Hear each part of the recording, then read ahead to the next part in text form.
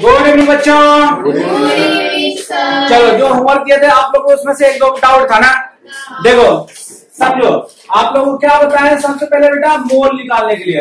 क्यों मोल निकालने, क्यों? क्योंकि मोल बड़ा ही अनमोल है। मोल निकालोगे तो बेटा आपका सब काम हो जाएगा। मोल निकालोगे तो आपका सारा काम हो जाएगा।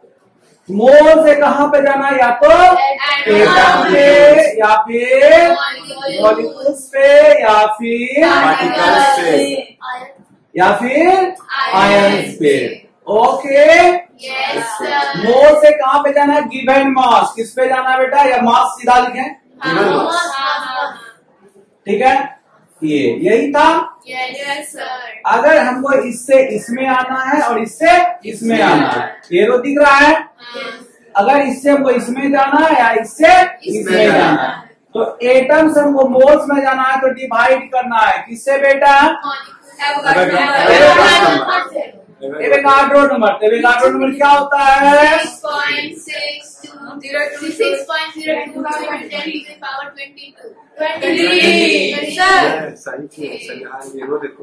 मारे दांत तोड़ देंगे, 4 को दांते हैं। गलत सलत पलटे रहती है। अब ठीक है, अगर हमको बेटा मोल से किस पे जाना है, गिवन मास से, तो इसको मल्टीप्लाई करेंगे। हाँ molecular formula, molecular mass, atomic, ठीक है, मोलिकुलर मास बोलो या मोलिकुलर फॉर्मूला बोलो या एटॉमिक मास बोलो, एटॉमिक वेट बोलो, सब एक ही चीज होता है। आपको बताए थे ना, अगर हमको गिवन मास से मोल पे जाना है, कैसे होता मोलिकुलर, CU उसके बाद तो सबको पता है। इसमें मल्टीप्लाई एवोगाड्रो कितना होता है, हमको देखो 6.022 6.022 ने बेटा ठीक को एका डिजिट कैसे बोलता है डेसिमल के बाद। चलो वो तो सर मैथ में ना, ये बोलो, चलो बोल लो। हाँ अब बता, आपका क्वेश्चन कौन नहीं बना बेटा, आपको कहाँ एटम दे दिए हैं और उसमें आपको मास निकालना है ना। तो बेटा सबसे पहले आपको कहाँ जाना है, मोल पे। तो मोल पे जाने के लिए क्या करना पड़ेगा बेटा, क्या करना है, यहाँ से यहाँ जाना है। तो एटम जो आपका गिवन एटम नंबर है उसको डिवाइड करना है। क्या है, गिवन पार्टिकल्स या गिवन एटम या गिवन मोलिक्यूल्स, यही है। गिवन मास नहीं बेटा, गिवन पार्टिकल्स या गिवन एटम, यही है। ओके पहले से एमयू निकालेंगे, given number of atom by Avogadro number, by यही एवोगाड्रो नंबर डेसिमल में है। अब समझ में आया। अब मोल से कहां पे जाना है, क्या, मास पे।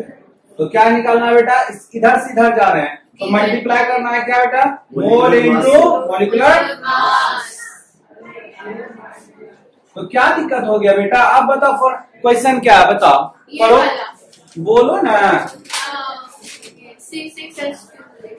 अरे बोलना पर, फाइंड पहले question, find out the total atom, find the total number of atom निकालना है। तो तुम उल्टा लिख दिए, ये निकालना है ना, तो तुम उल्टा लिख दिए। चलो तो फिर से मिटाओ। तो तुम लोग क्वेश्चन समझ में आया हम क्या बोले, तुम पूरा एक बार क्वेश्चन पढ़ो तब हम जाएंगे। Find out the total atom. अब क्वेश्चन पढ़ो। 0.76 gram of 78 gram, 76 gram 8 gram, 0.78 gram of. तो मास सुनो, मास दिया हुआ है तो मास हमको जाना है एटम पे। तो सबसे पहले हमको क्या लाना है, मोल। मोल क्यों लाना है, क्योंकि मोल बड़ा ही अनमोल है। तो मोल मतलब हमको इधर से इधर जाना है, यही है ना, हमको इधर से ऐसे जाना है, ये ना है। तो मोल पहले निकालना है। तो मोल में क्या करेंगे बेटा, आपका जो गिवन मास है उसमें डिवाइड करेंगे मोलिकुलर मास। गिवन मास बटे मोलिकुलर मास, मोलिकुलर मास बोलो, मोलिकुलर फॉर्मूला बोलो, एटॉमिक वेट बोलो, एटॉमिक मास बोलो, ठीक है। अब हमको इससे जाना है इस पे, तो क्या करेंगे हम? एटम, नंबर ऑफ एटम निकालने के लिए, नंबर ऑफ एटम या पार्टिकल्स निकालने के लिए क्या करेंगे बेटा? Mole into 6.022 into 10 to the power 23 हो जाओ 3। अब हमको निकालना है, अब क्वेश्चन पढ़ो, एटम पार्टिकल्स निकालना है 0.78 gram of C6H6 0.78 gram of benzene. तो बेंजीन का मास होता है 78, निकाल लेंगे 6 गुना 12 प्लस 6 गुना 1, तो 12 6 72 और 6 कितना हुआ? 78। तो कितने? ये डेसिमल उड़ा है नीचे 1 से कट गया, तो 1/100 मोल। समझ में आया? एक निकल गया। आपको ऐसे शॉर्टकट में नहीं निकालना बेटा, नहीं तो नंबर भी हम आपको शॉर्टकट में ही देंगे। बेंजीन का मास नहीं निकालोगे? तो निकालने करेंगे प्लस माइनस सर निकाल दिए, देखिए सर, निकाल दिए बेटा ऐसे करोगे ना तो हम भी नंबर ऐसे सर। एटॉमिक मास निकालने के सर जिस बताया वैसे करके दिखाना है। हाँ। सर ये देखिए ना अभी। एक प्रॉपर मैनर्स में आपको बता चुके थे यस बेटा, सब तो बताएंगे नहीं, ठीक है? पहले जो प्रॉपर मैनर्स में बता दें। नहीं सर नहीं, देखिए ना, बनाते हैं हम लोग। हाँ बनाओ, ठीक है। अब हमको क्या निकालना? Number of atoms. क्या 1 मोल इंटू क्या फॉर्मूला? और समय फॉर्मूला भी लिखोगे, पता है ना? क्या था फॉर्मूला? हम नहीं जानते, बताओ। Mole into 6.022 into 1/100 into 6.022 into 10 to the power 23। ये 2 0 गायब, कितना बच गया? 6.022 इंटू 10 टू द पावर 21। समझ में आया? तो फिर क्या ही दिक्कत होगी आप लोग को? दांत तोड़ देंगे तो बोलोगे सर दांत तोड़ दिए। कैसे आएगा? लिक्विड आएगा कैसे? लिक्विड है, लिक्विड डेट, नो लिक्विड है। चाय पिएंगे ना हम लोग। अरे चाय का फुल फॉर्म, टी का फुल फॉर्म? टी से टेस्टफुल, इसे इलेक्ट्रॉनिक, ऐसे एनिमल बोलो। टेम्परेरी एनर्जी, आगे बोलो, केमिस्ट्री के रिगार्डिंग बोलो ना। इसे क्या करेंगे? टेम्परेरी एनर्जी अरेंजमेंट, कहाँ से बनाते हैं?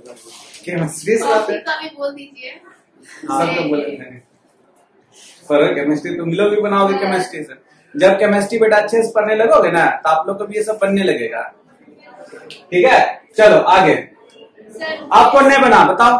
अब हम बना सारा बन गया सर, वो यही मेरा टॉपिक मेरा और एक मेरा बोलो बेटा। 0.98 ग्राम ऑफ H2SO। सब कुछ ही 0, हाँ सही बोला। सर आप क्या 0.98 ग्राम ऑफ सल्फ्यूरिक एसिड, यही था ना?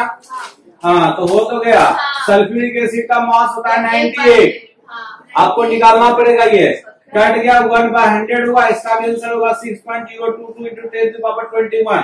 सेम प्रोसेस कर लोगे, वही तो है पिछला प्रोसेस बोला जो था। समझ में आया? yes। तो क्यों नहीं बना बेटा घर में? इसका मतलब आपको मास निकालने नहीं आता है? नहीं आता उसमें शायद नहीं आता बेटा। एटॉमिक स्ट्रक्चर में आपका पूरा बुक में वही भरे हुआ है। अगर बेटा अगर नहीं किए तो बेटा बहुत पिटाई करेंगे, बहुत पिटाई करेंगे अगर मास याद नहीं रहेगा तो। आए बात समझ में? ओके चलो आगे चले।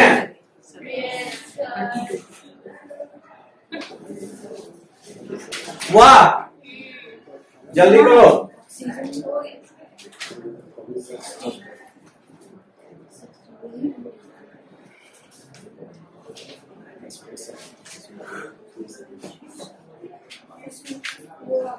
बेटा अब हम लोग आज आपका चैप्टर 4 में घुसते हैं, structure of atom. Structure of atom.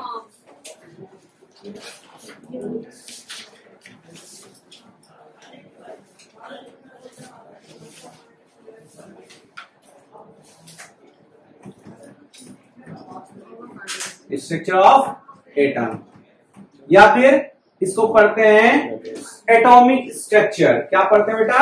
Atomic structure. लेकिन कब? 11th में। किसमें पढ़ेंगे? 11th में। और ये पढ़ते हैं 9th में। ठीक है, पहले एक चीज देख लो, स्ट्रक्चर में हम लोग एटम का आज तक यही जानते आ रहे हैं कि सर्कुलर पाथ होता है, यही सब होता है, यही सब जानते हैं। एटम का एक और स्ट्रक्चर आपको बना के हम दिखाते हैं। हाँ, ये वाला भी बताए थे।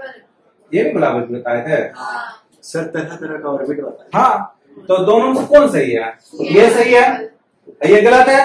नहीं, दोनों सही है। दोनों सही है तो दोनों सही है, और नहीं है तो दोनों गलत है। हाँ, ये क्या सर? ऑब्जेक्शन लगा। बेटा पहले समझना, सोलर सिस्टम हम लोग जानते हैं हाँ सर। कि नहीं जानते हैं? हम लोग जानते हैं कि सोलर सिस्टम में सन कहाँ रहता है? सेंटर में। सेंटर और उसके अराउंड जितना भी Revolve प्लैनेट है करता सब है। रिवॉल्व करता है। तो हम लोग एक पेपर पे उसका इमेजिनरी पाथ बनाते हैं, एक इमेजिनरी पाथ बनाते हैं। हम लोग इमेज कर लेते हैं कि हाँ ऐसा ऐसा इसी ऑर्बिट में घूमता है, राइट? आप देखे थे? नहीं, जोलिस केपलर बोला था, हम देखे। अच्छा, हम देख रहे हैं। तुम देखे थे सर तुम्हारा? अरे ठीक है, केपलर साहब देखे थे वहां जा करके। नहीं, वो भी तो एलिजिबल किया। हाँ, टेलीस्कोप से देखे। तो एक फिक्स पाथ रहता है क्या? नहीं, नहीं जरा से वेरिएशन नहीं होता होगा। हाँ सर। तो एटम भी बेटा एक इमेजिनरी पाथ है, ये भी एक इमेजिनरी पाथ है। एटम समझो कि एक बेटा सेल को 100 पार्ट, एक सेल को ऐसे भी माइक्रोस्कोप से हम लोग देखते हैं, सेल को हम लोग माइक्रोस्कोप से देखते हैं, पता है ना कैसे दिख जाता है? सेल को भी बेटा डिवाइड कर लेते हैं 100 पार्ट में, तब जाकर के एटम के सेल देखना इजी है, बट एटम देखना इजी नहीं है। 100 पार्ट नहीं देखा क्योंकि वो माइक्रोस्कोप से दिखाई। सर, तब आप केमिस्ट्री में सर दिखाया नहीं कभी आपको? देखो बेटा, एक्चुअली हम लोग के पास जो केमिस्ट्री लैब में माइक्रोस्कोप है ना, उतना हैवी माइक्रोस्कोप नहीं है। इलेक्ट्रॉन माइक्रोस्कोप है हम लोग के लेबोरेटरी में, जहाँ पे हम लोग एक्सपेरिमेंट करते थे, एकदम है। लेकिन उसमें क्या देखता था? स्ट्रक्चर दिखाता था सॉल्ट का, मतलब उसको इलाज करके खाली दिखाता था कि ऐसा दिखता है। ऐसा थोड़ी कि एटम दिखता है, एटम नहीं दिख पाता बेटा। एटम अगर देख लेना ना, समझ लेना भगवान देख लेना, नहीं दिखता जल्दी। समझ में? बिना देखे हुए एटम के अंदर का भी चीज पता है। एक्सपेरिमेंट, ठीक है। तो बेटा आपको पता चलेगा जब आप लोग धीरे धीरे आगे डेवलप हो ना, आपको सब चीज पता चलेगा। तो बेटा पहले समझो कि एटम का जो होता है, ये बेटा एक इमेजिनरी पाथ होता है, ठीक है। एटम ऐसा भी आपको 2D स्ट्रक्चर में दिखा रहा है ना, वो 3D स्ट्रक्चर में इस टाइप का मूव करते रहता है, ठीक है। इसके सेंटर में क्या रहता है? न्यूक्लियस रहता है। जैसे हमारे सोलर सिस्टम के सेंटर में सन है, उसी तरह से एटम के सेंटर में न्यूक्लियस रहता है। न्यूक्लियस में बेटा 2 चीज प्रेजेंट होता है, प्रोटॉन एंड न्यूट्रॉन, और इलेक्ट्रॉन इसके अराउंड मूव करते रहता है एक फिक्स पाथ पे, एक फिक्स पाथ। और सब एक जो पाथ है इसका, सबका एक एनर्जी लेवल होता है, सबका एक एनर्जी, सबसे कम इसका एनर्जी, उससे ज्यादा इसका एनर्जी, उसके बाद इसका एनर्जी। समझ में आ रहा है? 2-4 मतलब क्या? 2-4 हाँ, तो बताएंगे एनर्जी लेवल क्या होता है। सर एनर्जी लेवल बढ़ता क्यों जाता है? जहाँ पे न्यूक्लियस से दूर जा रहा है, बढ़ रहा है। बताएंगे, एकदम बताएंगे। एनर्जी लेवल इसलिए बढ़ता है, इसमें कितना इलेक्ट्रॉन होता है? 2। क्या हुआ? इसमें 2, इसमें 8, 18। तो इलेक्ट्रॉन बढ़ रहा है तो एनर्जी नहीं बढ़ेगा। समझ में आया? कोई डाउट इतने में? तो आप ये भी दिमाग में रखो, ये भी सही है और ये भी सही है, दोनों इसको गलत नहीं है तो दोनों गलत है। फिर से बता रहे हैं, दोनों या तो दोनों गलत या तो दोनों सही। दोनों सही। क्लियर? यस। एक बेटा इमेजिनरी पाथ है, सब इमेजिनरी पाथ है। इमेज करके एटम इतना बड़ा बड़ा दिखता है क्या? कभी भी नहीं ना। तो कैसे हम देख रहे हैं कि ये पाथ जो है इतना बड़ा बोर्ड पे हम ड्रॉ कर दिए, सही है क्या? सब इमेजिनेशन है। अब समझ में? कोई डाउट इतने में? तो बेटा यहाँ पे जो इलेक्ट्रॉन मूव करता है, इसमें एक फोर्स लगता है, सेंट्रीफ्यूगल फोर्स और सेंट्रीपिटल फोर्स। अब समझ सब फोर्स लग रहा है। जब सेंट्री, देखो सेंट्री, दोनों को अच्छे से समझा देते हैं, समझ लेना। सेंट्री फू मतलब फूक रहे हैं, बाहर को जो फोर्स लगता है उसको सेंट्रीफ्यूगल फोर्स कहते हैं। और सेंट्री पी मतलब पीने वाला फोर्स, अंदर की फोर्स, याद रखना, भूलना न। सेंट्रीफ्यू मतलब बता दिया तो कभी ना कभी भूलने नहीं कहेंगे। अरे जजेस पूछ लिया तो लफड़ा नहीं। कौन पूछ लिया? जज पूछ लिया तो। जज? हाँ जज। कौन है जज? जज आया था ये क्या बोलते साइंस एजुकेशन पूछा what is the difference between centrifugal centrifugal. हाँ तो बोला नहीं, हम नहीं ना थे उस वक्त। क्या बात है।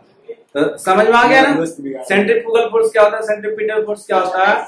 जो फोर्स सेंटर के द्वारा लगाया जाता है उसको बोलते हैं सेंट्रीपिटल फोर्स, जो सेंटर से दूर लगता है उसको सेंट्रीफ्यूगल। समझ में आ गया? कोई डाउट इतने में? No sir. फिर से बताते एक्सपेरिमेंट ले, सर बताएंगे। आप फिजिक्स वाले सर कौन सा पढ़ाते हैं? स्टूडेंट बताएंगे, अच्छा से एक्सपेरिमेंटल करके दिखाएंगे आप लोग। आई थिंक नाम से पता है सेंट्रीफ्यू बाहर जो सेंट्रीपी अंदर जो समझ समझो जरा सा एक्सपेरिमेंट अपने से करो ना।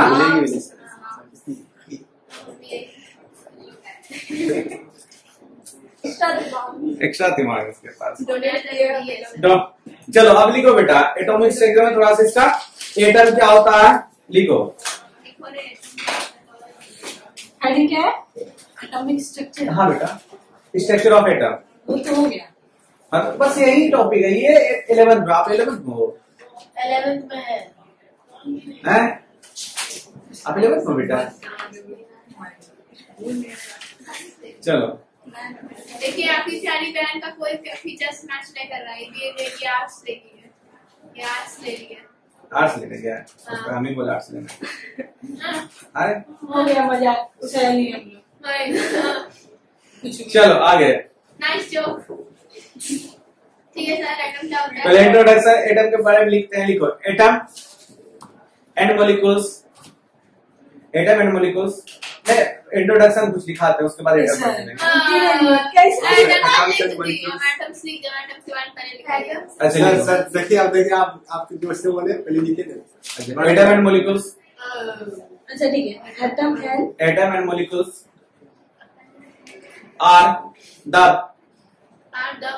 are the building block of matter. Are the building block of matter. Class 7 में गया।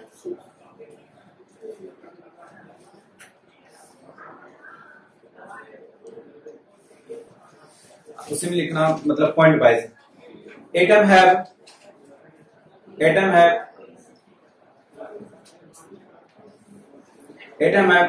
smaller particles. Atom have smaller particles in them which are called. Atom have smaller particles in them which are called subatomic particles. Subatomic particles. Next point. सही।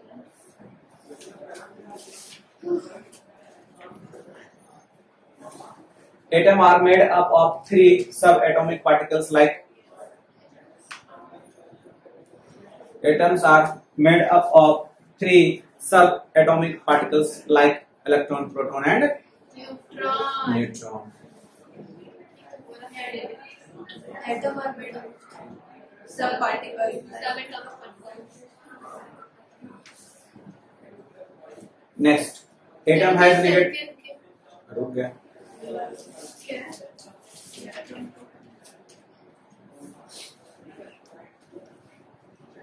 हो गया।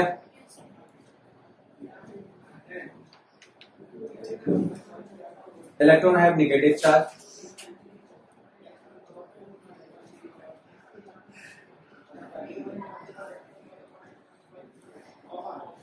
Next, proton has positive charge.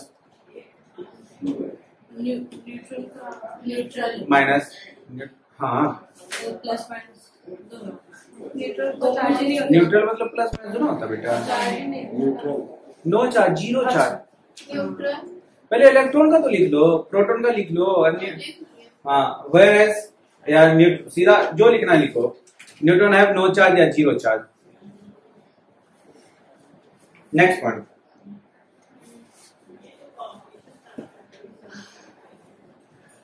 Proton and neutron. Proton and neutron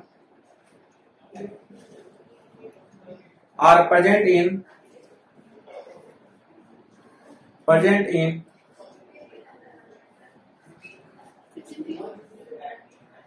present in, क्या बोली? Present in present in कहाँ? Nucleus. Present in nucleus. whereas electron revolve around the orbit. Present in nucleus at the center of atom. At the center of atom. At the center of atom.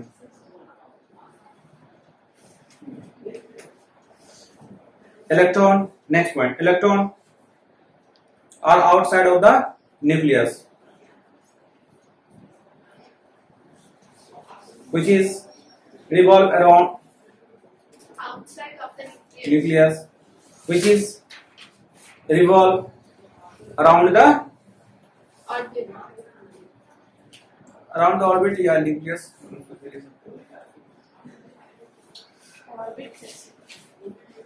Orbit yes sir. Orbit के around तो हम तो orbit में और orbit में घूमता है, sorry, around the nucleus eight fix path, eight fix path, eight fix path. समझ में आ गया? और वो उसमें इंट्रोडक्शन एक कुछ ज्यादा बड़ा इंट्रोडक्शन देंगे सर। इतना ज्यादा इंट्रोडक्शन दे दिया है। सब भर देंगे पेपर में, होने दीजिए ना। 6 एटम का डिस्क्रिप्शन लिखेंगे एटम के बारे में, चाहे वो 1 नंबर का हो। अब लिखो next one, the atom of the different element. अच्छा, last point, not list, last. The atom of different element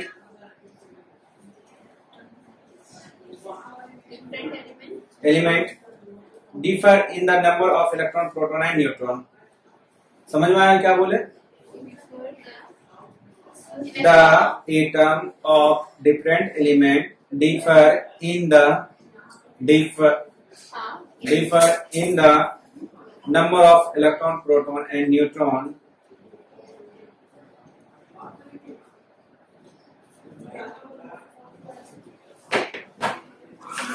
हो गया? अब खत्म। लिखो सबके पापा क्या बोल रहे? एटम के बारे में लिखा नहीं, एटम का डेफिनेशन लिखेंगे। आपने बोल रहे थे। अच्छा लिखेंगे, लेकिन पप्पा, सबका पप्पा लिखाते हैं। फादर ऑफ पप्पा ऑफ इलेक्ट्रॉन, जो डिस्कवर किया था। हाँ, फादर ऑफ इलेक्ट्रॉन, पप्पा ऑफ इलेक्ट्रॉन। वे प्यार से बोल रहे हैं, मरवे करेंगे प्यार से लिख देंगे ना। जे थॉमसन, जे थॉमसन,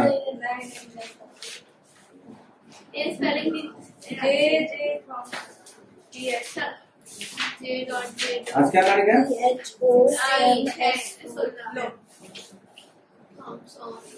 अरे कोई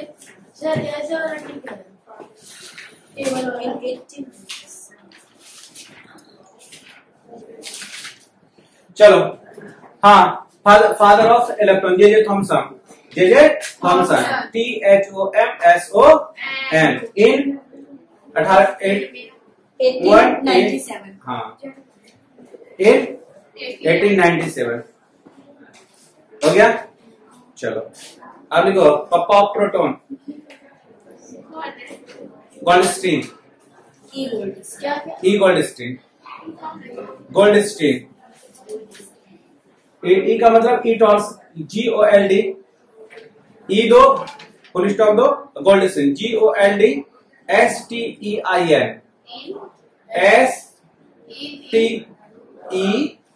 डैश। कौन से साल में?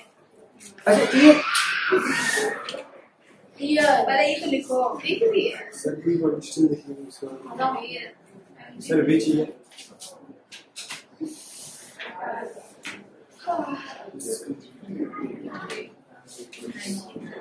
उसका नहीं दिया हुआ है।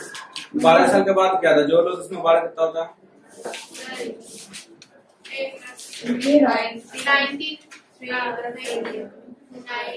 जितना भी खोजो सब 12 साल के बाद खोज होता है। Electron, proton, neutron. और मतलब 19 एक बात बता, मैं 99 समझ लो, समझो। इलेक्ट्रॉन, इसमें एक चीज आपको कॉमन पता है क्या? गोल्डस्टीन सबसे पहले इलेक्ट्रॉन का खोज किया। गोल्डस्टीन का स्टूडेंट कौन था? सॉरी, जे थॉमसन का स्टूडेंट कौन था? कॉलस्टीन। सब एक दूसरे के स्टूडेंट ही रहा है, हमेशा याद रखना। आप भी कुछ कीजिए, हम लोग भी कुछ करेंगे सर। इसी बात तो पानी पिलाओ। पूरा हो गया। पेट्रोल कहाँ है? पहले क्या थे बोलो?